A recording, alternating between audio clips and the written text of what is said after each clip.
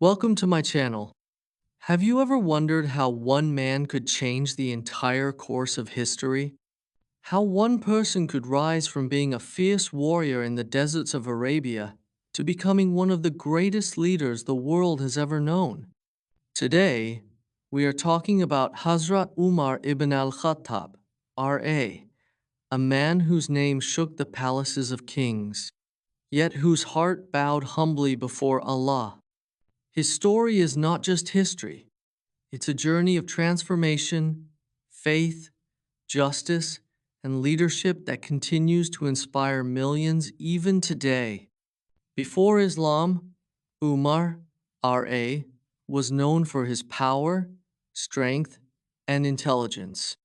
He was tall, brave, and respected among his people. The Quraysh feared him because of his courage and determination. But beneath all that power, there was also pride and anger, the same qualities that later, when guided by faith, made him one of the most powerful protectors of Islam. It's amazing how the same fire that once opposed Islam became the fire that protected it. That's the miracle of guidance. That's the power of faith. Think about this. How does a man go from being an enemy of the Prophet Muhammad to one of his closest companions? How does a heart full of pride and anger turn into a heart full of love, mercy, and justice? It's a transformation that proves no one is beyond change. No one is beyond hope. The story of Hazrat Umar, R.A., shows that sometimes the strongest hearts break in the most beautiful way when touched by truth. As we go through his life together, I want you to imagine the deserts of Makkah, the streets of Medina, the battles, the prayers, and the moments that defined him. Each part of his story will teach us something about strength, about faith, and about what it truly means to be human. From his early days before Islam to his time as the second caliph, we'll see how his leadership shaped not just the Muslim Ummah, but the world itself. So stay with me till the end, because the journey of Hazrat Umar, R.A., is not just the story of a man, it's the story of courage, justice, and transformation. It's the story that reminds us that real power is not in ruling others, but in ruling yourself. And by the end of this video, you'll see how one man, guided by faith, became the voice of justice for all time. Chapter 1. Before Islam, the life of Umar ibn al-Khattab. Long before Islam spread across Arabia, there lived a man in Mecca who stood out among his people. His name was Umar ibn al-Khattab, from the noble tribe of Banu Adi, one of the respected clans of the Quraysh.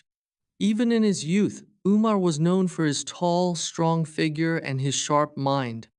He could ride a horse faster than most men, speak with authority, and settle arguments with wisdom.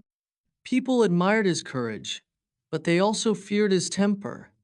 When Umar spoke, people listened. When he walked, people moved aside. In the busy streets of Makkah, traders shouted, camels groaned under heavy loads, and idols stood tall in every corner of the city. Life revolved around money, power, and pride. The Kaaba, built by Prophet Ibrahim a.s., was filled with more than 300 idols. People worshipped stones, trees, and statues made by their own hands. The poor were treated unfairly, women had no respect, and the weak had no protection. Yet in the middle of that dark society stood a man who, deep inside, hated injustice even before Islam came. Umar didn't know the truth yet, but his heart was not blind. He was a man of discipline. Every morning, Umar trained his body and sharpened his mind. He learned poetry, history, and the art of war. He became one of the few Quraysh who could read and write. He worked as a merchant, traveling across deserts and dealing with people from different lands. Through these journeys, he saw the cruelty of mankind and the hunger for power that ruled every city. Still, Umar believed in fairness. If someone was wronged, he spoke up. If someone cheated, he faced them boldly. This made him respected, but also feared. His personality was strong like steel. He believed that strength was everything. Strength in words, strength in body, and strength in pride. He didn't like weakness. He thought that those who followed Muhammad, PBUH, were weak, poor slaves, women, and young men who spoke about only one God. To him, that sounded foolish. He thought, how can all our gods be wrong? How can Muhammad destroy the traditions of our fathers? In his mind, Islam was not just a new religion. It was a threat to his people, to his tribe, and to the way of life that had existed for centuries. But deep in his heart, there was always a spark of truth. Umar hated lies. He hated injustice. He was brave enough to face anyone who cheated or oppressed others. Even though he didn't believe in Islam yet, his heart already carried qualities that would later make him one of its greatest defenders. It's strange how destiny hides inside us long before we see it. Umar didn't know it yet, but Allah had already chosen him for something far greater than power, for the strength to stand for truth. Makkah at that time was full of tension. The message of Islam was spreading quietly, one heart at a time. Slaves found freedom in it. The poor found dignity. But for the leaders of Quraysh, it was a threat. They couldn't understand how Muhammad, PBUH, a man they once called Al-Amin, the trustworthy, could now challenge their gods. Umar was among those who felt angry. His pride in his tribe burned inside him. He couldn't bear to see the Quraysh divided. He wanted it to stop. As the days passed, Umar's anger grew. He heard stories about people leaving their idols, worshipping one God, and following Muhammad, PBUH. He saw some of his own friends turn away from the old ways. To him, this was betrayal. He decided something must be done. His heart was full of pride and fire. He thought that by killing Muhammad, PBUH, he would protect his tribe, his religion, and his people from division. One hot afternoon, Umar sharpened his sword. His face was hard, his steps heavy, and his mind filled with rage. The streets of Makkah were silent as he walked through them. Some people saw him and stepped aside, whispering, "Umar is angry. Don't cross his path." He had only one thought in his heart: to end Islam once and for all. But destiny had other plans. On his way, a man stopped him and asked, "Where are you going, Umar?" Umar replied, "I am going to kill Muhammad, the man who has divided Quraysh." The man looked shocked and said, "Before you go, look to your own house, Umar. Your sister and her husband have already accepted Islam." Those words hit him like a storm. His face changed. His eyes filled with disbelief. His own sister? His own blood? How could this happen? The fire of anger burned brighter in his chest. Without saying another word, he turned and walked quickly toward his sister's home. Every step he took was heavy with rage, but deep inside, something strange began to stir, a feeling he didn't understand yet. That day was going to change everything. It was the day when the strongest man in Mecca would face the truth for the first time. The man who once wanted to destroy Islam was about to meet the message that would melt his heart. The fire of anger was about to turn into the light of faith. Umar, R.A., held his sword tightly as he reached the door of his sister's house.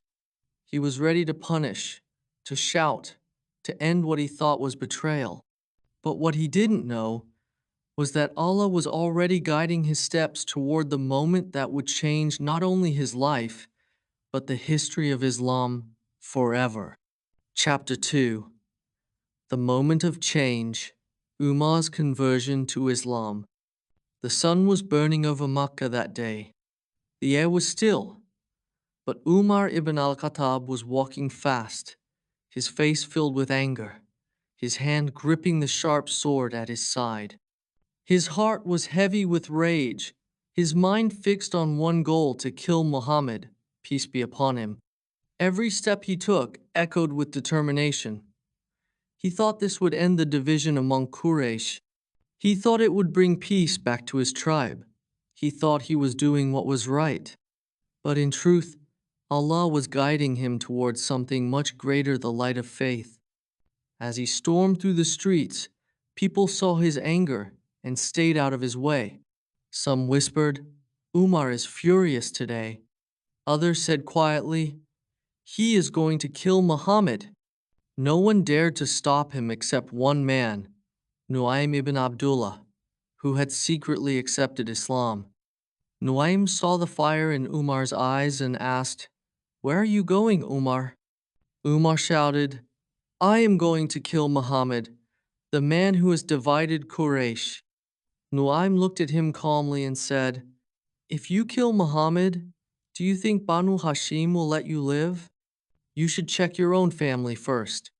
Your sister and her husband have already accepted Islam." Umar froze for a moment. His face changed, his chest tightened. His sister? His own blood? The thought struck him like lightning. Without another word, he turned sharply and marched toward his sister's house, his sword gleaming under the sunday. His anger grew even stronger, but deep inside, something else began to move, something softer, something unfamiliar.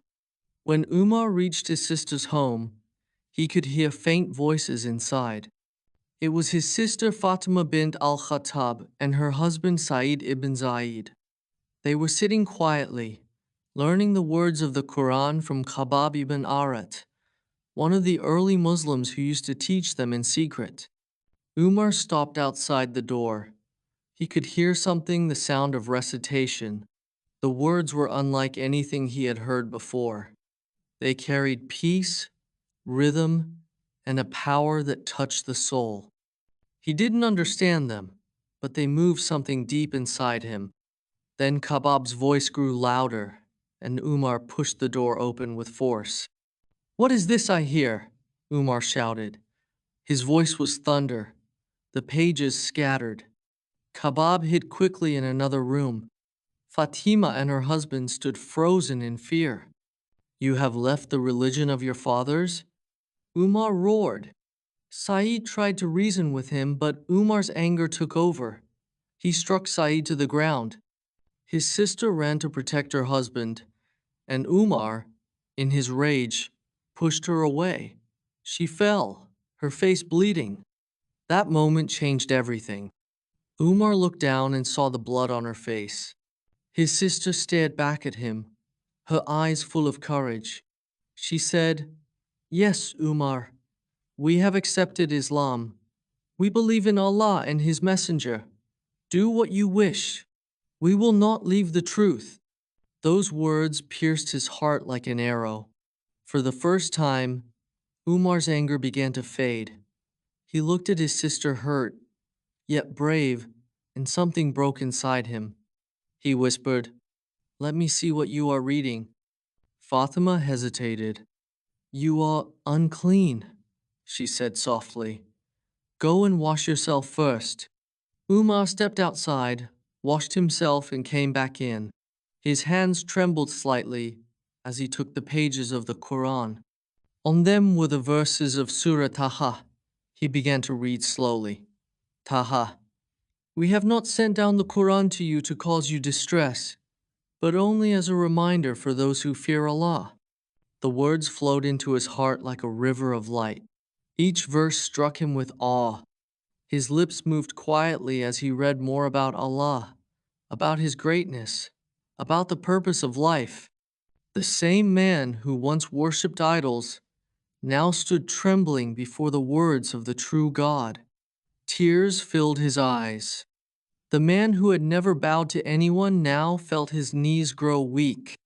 He had fought many battles, faced many enemies, but never before had he felt so defeated not by a sword, but by truth. The Quran had broken his pride and awakened his heart. He looked at his sister, his eyes full of emotion. These words, they are not the words of any human. Take me to Muhammad. Khabbab, who had been hiding, came out with tears of joy. He said, "O Umar, glad tidings. The Prophet, peace be upon him, has prayed that Allah may strengthen Islam with either you or Abu Jahl. It seems his prayer has been answered with you." Umar wiped his tears, picked up his sword, and walked toward Dar al-Arqam, the house where the Prophet, PBUH, and his companions gathered in secret. Every step he took now was different not of anger, but of purpose. When he reached the door, the companions inside became frightened. They had heard stories of Umar's anger. Hamza, R.A., stood up and said, "If he has come for good, we welcome him. If not, we will stop him." Umar entered. The Prophet, PBUH, looked at him calmly. Umar's heart was racing. He approached the Prophet, PBUH, and with trembling hands he said, "O Messenger of Allah, I have come to believe in Allah and His Messenger." The Prophet's face lit up with joy. "Allahu Akbar," he said. The room filled with voices shouting, "Allahu Akbar," so loudly that the sound echoed through Makkah. The Muslims, who had once prayed in fear, now stood tall. Umar's acceptance of Islam gave them strength and courage. That day was one of the greatest turning points in Islamic history. The man who once walked the streets with pride and anger now walked them with faith and peace. The Muslims who had been hiding began to pray openly at the Kaaba for the first time. Umar, R.A., stood beside them, fearless. The people of Quraysh could not believe it. The strongest man in Makkah had joined the faith they wanted to destroy, but that was Allah's plan. Through Umar, R.A., Islam found a new voice, a voice of justice, strength, and truth. From that day forward, nothing was the same. The light of Islam grew brighter, the hearts of believers grew stronger, and the message of Allah spread wider. The same sword that was once raised to kill the Prophet, PBUH, would now protect him. Islam stood taller that day because one man's heart had changed. Umar ibn Al-Khattab, R.A., had found his truth, and the world would never forget it. Chapter 3: The Strength of Islam, Umar's Courage. After accepting Islam, the news spread like wildfire through the streets of Makkah. Umar ibn al-Khattab had accepted Islam. The same Umar, who once swore to destroy the Prophet, peace be upon him, was now standing beside him. The Quraysh could not believe it.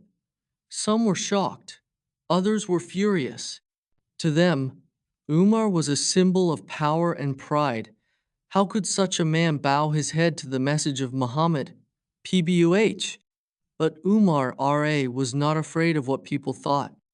The truth had entered his heart, and once Umar believed, nothing in this world could make him turn back. The very next morning, Umar made a decision that would change everything. He stood up in front of his tribe and announced loudly, "I have accepted Islam." The people stared in silence. Some gasped, some shouted, and others cursed. But Umar didn't move. His eyes were calm, his heart steady. He looked at the crowd and said, "Whoever has the courage to stop me, let him try." No one stepped forward. Even those who hated Islam knew that Umar was not a man to fear anyone but Allah. Still, he wasn't satisfied. He wanted the whole city to know. So he went to the gathering place of Quraysh, where the chiefs met to discuss their affairs. There, in front of all of them, Umar declared again, "I bear witness that there is no God but Allah, and Muhammad is his messenger." The crowd grew angry.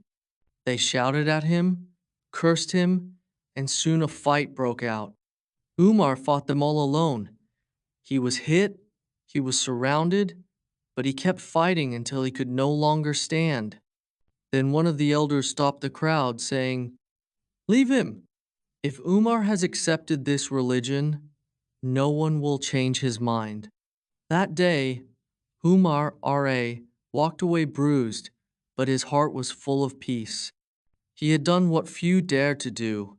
He had stood openly for his faith. And from that moment, the Muslims began to feel a new kind of strength. Before, they used to pray in secret, afraid of what the Quraysh would do. But after Umar and Hamza, R.A., embraced Islam, the believers no longer hid. Together, they marched to the Kaaba to pray publicly for the first time. Imagine that scene: two lines of Muslims walking boldly through the streets of Makkah. At the front of one line was Hamza, the Lion of Allah, and at the front of the other was Umar, the man whose courage made even the enemies of Islam tremble. They reached the Kaaba, raised their hands, and prayed openly under the burning Sunday. People watched in silence. No one dared to stop them. That was the day Islam stood tall for the first time in public. From that moment on, Umar's faith became his armor. He was not just brave, he was wise. He listened carefully to the Prophet, PBUH, and thought deeply about every verse of the Quran. His heart, once full of pride, was now filled with humility. Yet his strength remained now guided by truth and justice. He was the same warrior, but with a new purpose: to protect what was right and to stand against what was wrong. Umar began showing his leadership qualities even before he became caliph. He would sit with the Prophet, PBUH, ask questions, give suggestions, and think about how to make the Muslim community stronger. He was disciplined, organized, and always honest. If he saw something wrong, he would speak up, even if it was difficult. The Prophet, PBUH, once said, "If there were to be a prophet after me, it would be Umar." That was the level of his wisdom and faith. But Umar, R.A., was not just a man of power, he had a soft heart. He cared deeply for the weak, the poor, and the helpless. Once, he saw a small slave girl being beaten by her master. Umar's heart burned with anger. He rushed forward, stopped the beating, and shouted, "How can you harm a soul created by Allah?" Later, when he became caliph, he often said, "When did you enslave people, while their mothers gave birth to them free?"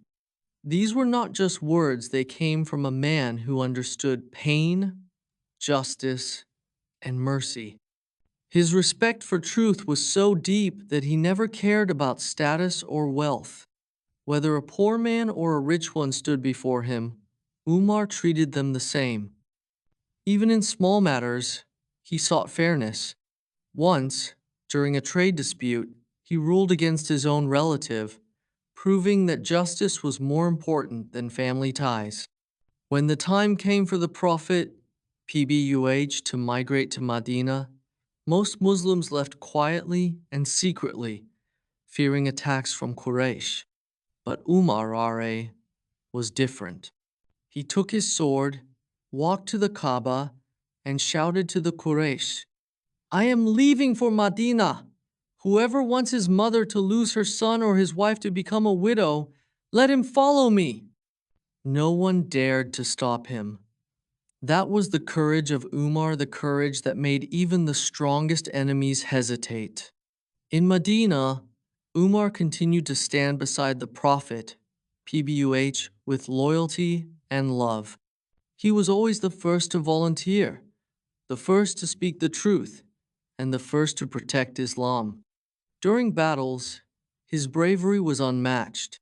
In Badr, Uhud, and Khandak, he fought fiercely, not for fame, but for faith. When others doubted, he stood firm. When others feared, he trusted Allah. There were moments in battle when the Prophet, PBUH, would look at Umar and find strength in his presence. His heart was steady, his sword was swift, and his intention was pure. Umar's courage gave confidence to those around him because they knew, as long as Umar was there, no enemy could easily break their line. Through his strength, wisdom, and deep faith, Umar, R.A., became one of the pillars of Islam. His open declaration had given Muslims courage. His leadership gave them direction, and his compassion gave them hope. By the time the Muslims settled in Medina, the man who once carried a sword against Islam was now carrying the banner of truth beside the Prophet. PBUH. His life had already become an example, a lesson that faith can turn even the fiercest enemy into the strongest protector. And this was only the beginning. Greater tests, greater victories, and greater responsibilities were waiting for him. Umar ibn Al-Khattab, R.A., had become not just a believer, but a symbol of courage and justice. And wherever the Prophet, PBUH, went, Umar was never far behind, standing tall, protecting the truth, ready to sacrifice everything for the sake of Allah. Chapter 4. The Caliphate begins. Umar becomes the second caliph. When Abu Bakr, RAA, the first caliph of Islam, became ill, he knew the Ummah, the Muslim community, needed a strong, wise, and God-fearing leader to guide them. After deep thought and prayers, he chose Umar ibn al-Khattab, R.A. When Umar heard this, his heart trembled. He didn't smile. He didn't celebrate. Instead, his eyes filled with tears. He said, "How can I bear a responsibility that even Abu Bakr feared?" He was not hungry for power. He was afraid of the weight of justice, the burden of leading millions of souls, and the fear of standing before Allah one day to answer for every decision he made. When Abu Bakr, R.A., passed away, the people of Medina gathered in the mosque. Umar stood before them with humility. His voice was calm, yet firm. He said, "O people, I have been chosen as your leader, but I am not the best among you. If I do right, help me. If I do wrong, correct me." A man stood and said, "By Allah, if we see you wrong, we will straighten you with our swords." Umar smiled and said, "Alhamdulillah, there is no good in a nation where the people do not advise their leader, and there is no good in a leader who does not listen to his people." That was the beginning of his caliphate, a rule based on truth, justice, and accountability. Umar, R.A., was different from all other rulers of history. He didn't live in a palace. He didn't wear fancy clothes. He slept on a mat made of palm leaves. His food was simple sometimes, just bread and oil. He didn't see himself as a king. He saw himself as a servant of Allah and a shepherd for his people. He once said, "If a dog goes hungry on the banks of the river Euphrates, Umar will be answerable before Allah." Imagine that a leader of one of the world's strongest empires, yet he worried about a hungry dog far away. That was his fear of Allah. Under his leadership, the Islamic Empire grew in strength and justice. But Umar didn't just expand land, he built systems. He established the first organized government in Islamic history.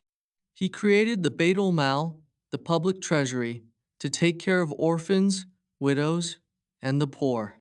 He introduced a police system to maintain order, and a justice system to ensure fairness for all Muslim or non-Muslim.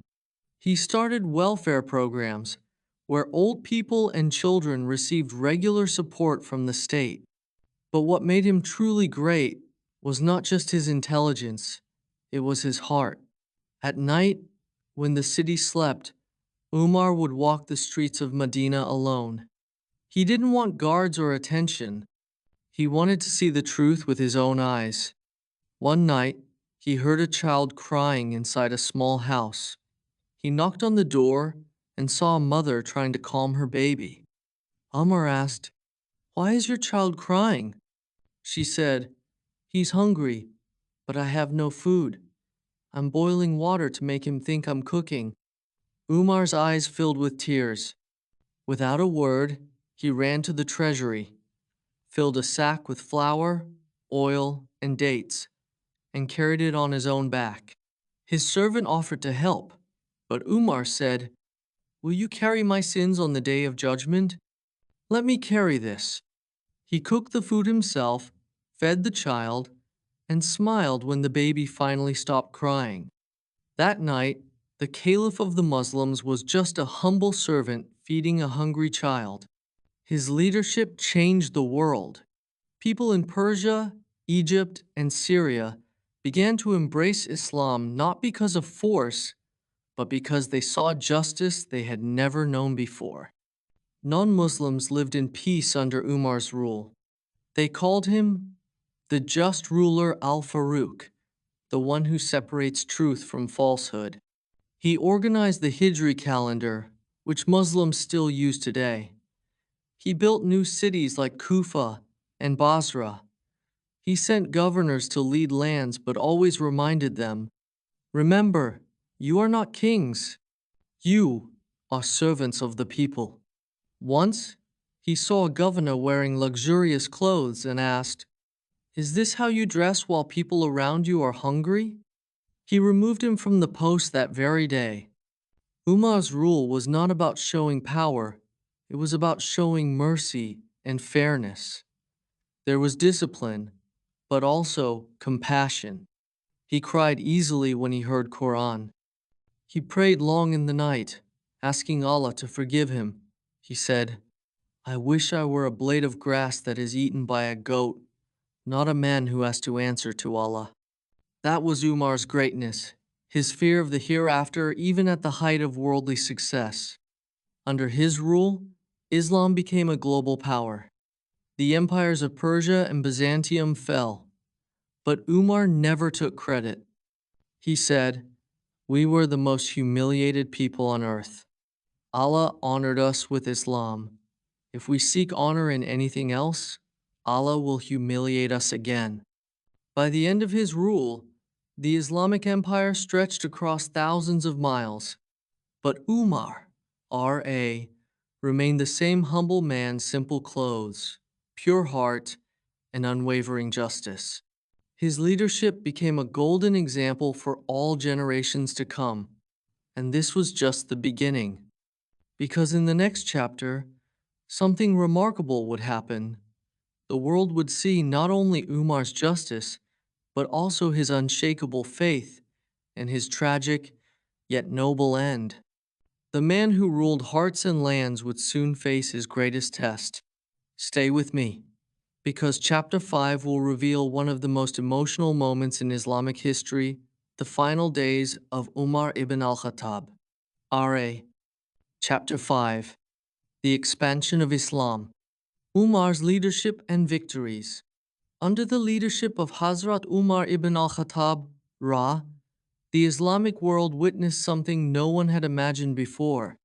Lands that were once ruled by powerful empires, Persia, Egypt, and Syria, came under the flag of Islam. But this expansion wasn't built on greed or ambition. It was built on justice, faith, and humility. Umar didn't seek glory. He sought only the pleasure of Allah. While the world saw him as a mighty ruler, he still saw himself as a servant of the people and a servant of his Lord. When Umar, R.A., became caliph, The Muslim nation was small compared to the mighty powers of Persia and Byzantium. These empires were rich, powerful, and feared across the world. But they were also corrupt and unjust. Under Umar's leadership, the Muslims fought not for wealth, but to bring justice and peace to the lands. His generals, like Khalid ibn al-Walid, R.A., Sa'd ibn Abi Waqqas, R.A., and Amr ibn al-As, R.A., led the armies with discipline and faith. Battle after battle, victory after victory, Islam began to spread from the deserts of Arabia to the rivers of Iraq, the fields of Egypt, and the valleys of Syria. The Persian Empire, which had ruled for centuries, finally fell after the Battle of Qadisiyah. It was one of the greatest military victories in history, but Umar did not celebrate. When news of victory reached him, he didn't throw a feast or wear royal clothes. He fell into sajda prostration, thanking Allah for his help. He cried and said, "O Allah, do not let me become proud. You are the one who gives victory, not us." That was Umar, a man who saw success, but his heart remained bowed before Allah. When Egypt was conquered under Amr ibn al-As, R.A., Umar again gave clear instructions. Do not destroy churches, do not harm priests, protect the weak, and honor your word. These were not the words of a conqueror. These were the words of a man of faith. And because of this justice, people began to embrace Islam with love, not fear. They saw that Muslims were not invaders, they were liberators. One of the most beautiful moments of his caliphate came when Jerusalem was open to Islam. The Christian patriarch of the city said he would only hand over the keys to the city to the Muslim leader himself. So Umar, R.A., traveled from Medina to Jerusalem. But how did he travel? Not with an army or golden chariot. He rode a camel, and his servant took turns riding with him. When they reached the city, it was the servant's turn to ride. So Umar walked beside the camel, pulling it with his hands through the dusty roads. His clothes were patched. His feet were covered in dust. People couldn't believe that this simple man was the ruler of such a vast empire. The Christian patriarch was amazed.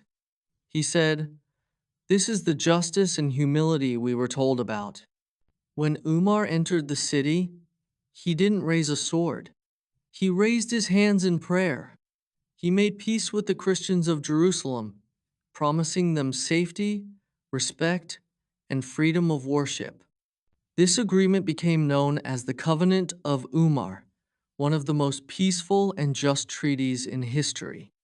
Non-Muslims respected him so deeply that many of them would later say, "We never saw a ruler like Umar. He was fair to all." His fairness was legendary. One day, a poor Christian man came to complain. He said the son of a governor had hit him. Umar immediately called the governor and his son. He gave the poor man a whip and said, "Strike the son as he struck you." The man did so, and Umar said to the governor, "Since when did you make people slaves? When their mothers gave birth to them free?" The governor lowered his head in shame.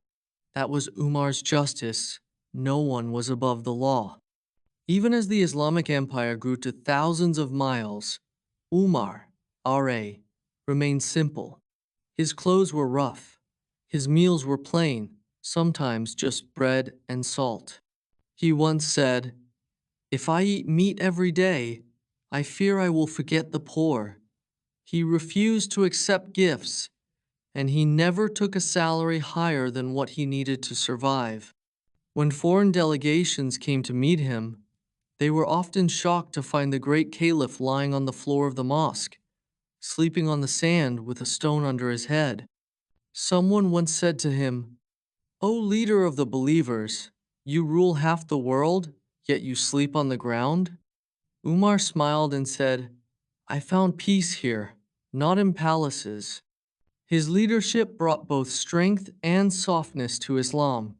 The army grew strong, but the hearts of believers stayed humble. The economy improved, trade flourished, and knowledge spread. But Umar never let victory change him. He reminded his people, "We are a nation whom Allah has honored with Islam. If we seek honor in anything else, He will humiliate us." These words became a guiding light for generations. Every time a new victory was reported, Umar didn't celebrate with pride, he prayed with tears. He would say, "O Allah, do not make me proud of what you have given. Keep me small before you."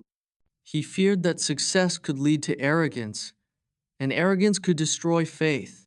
That was the secret of his greatness. Power never touched his heart.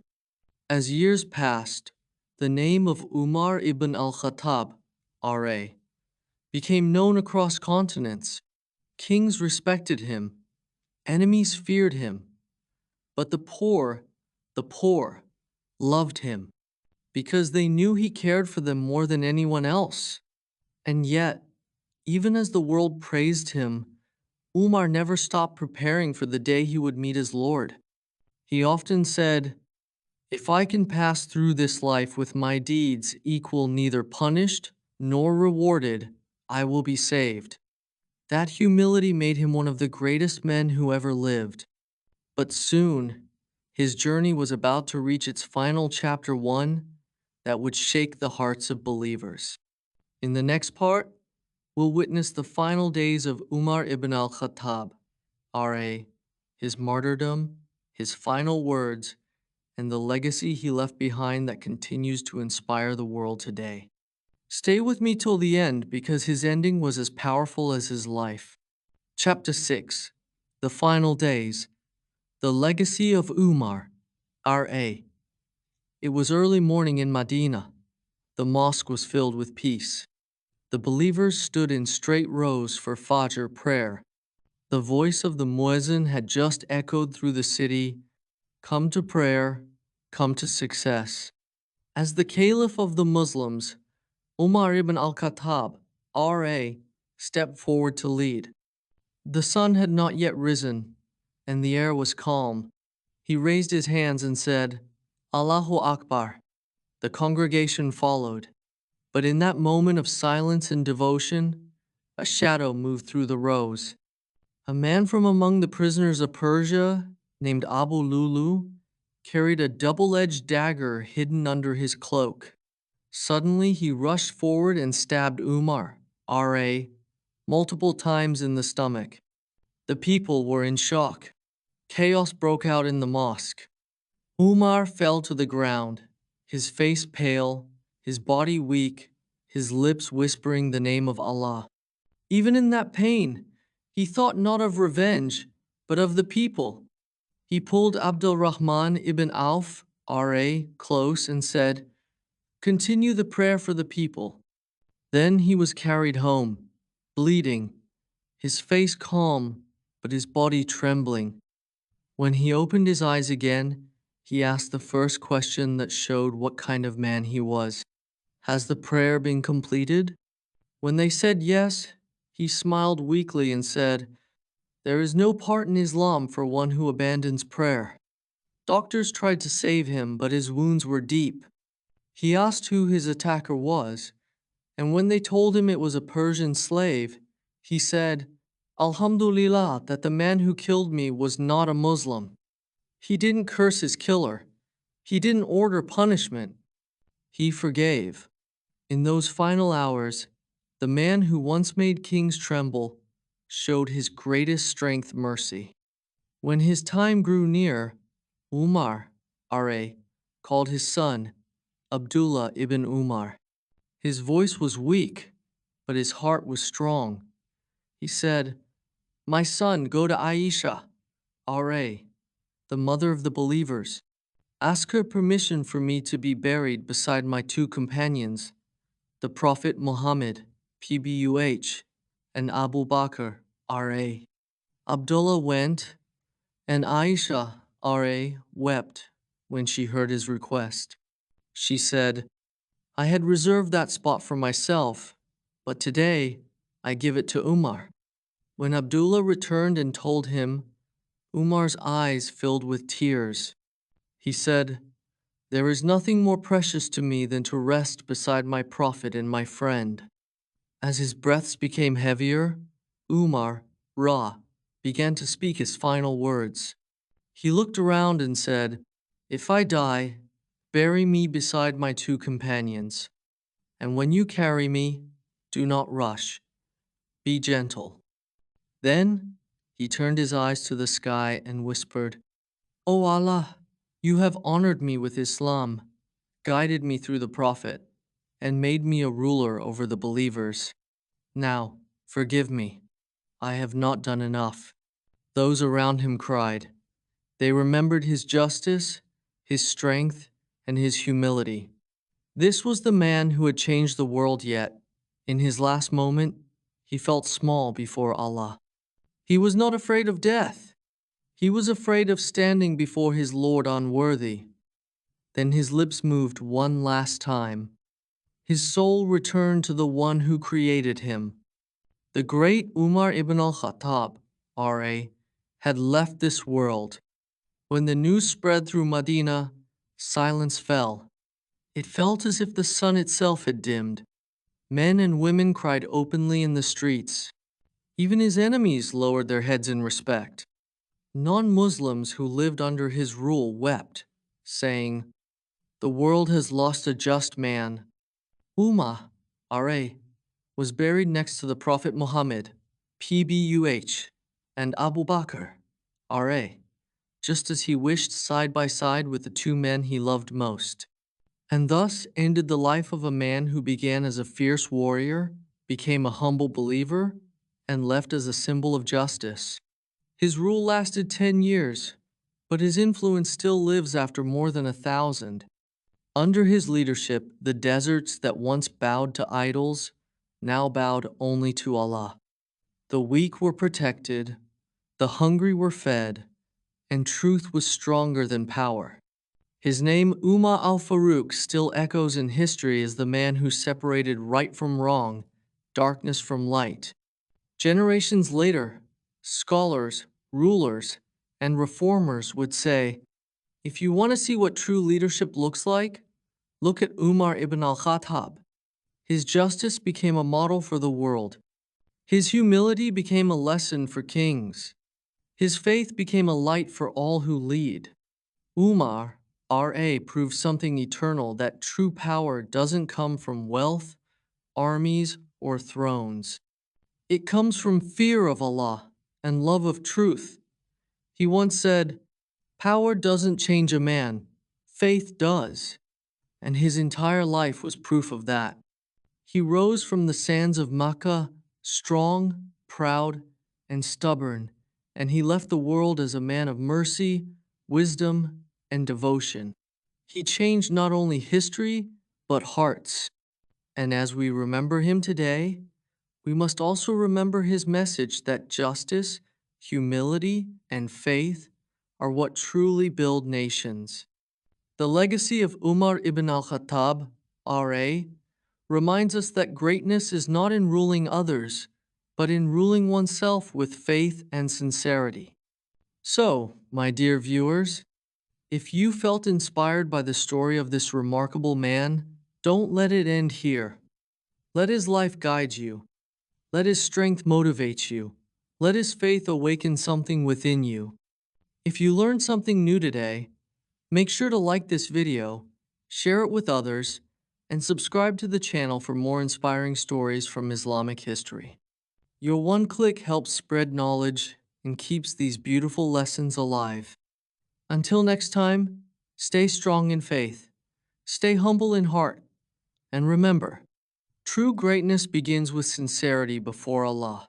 If this story touched your heart or opened your mind, don't forget to like this video and share it with your friends, family, or anyone who loves learning about great personalities and true faith. Every share helps spread the light of knowledge and keeps these powerful lessons alive. Make sure to subscribe to my channel if you want more inspiring stories like this. Stories that not only teach you English in a simple way, but also teach you life lessons filled with wisdom, faith, and purpose. And I'd love to hear from you. What lesson did you learn from the life of Hazrat Umar?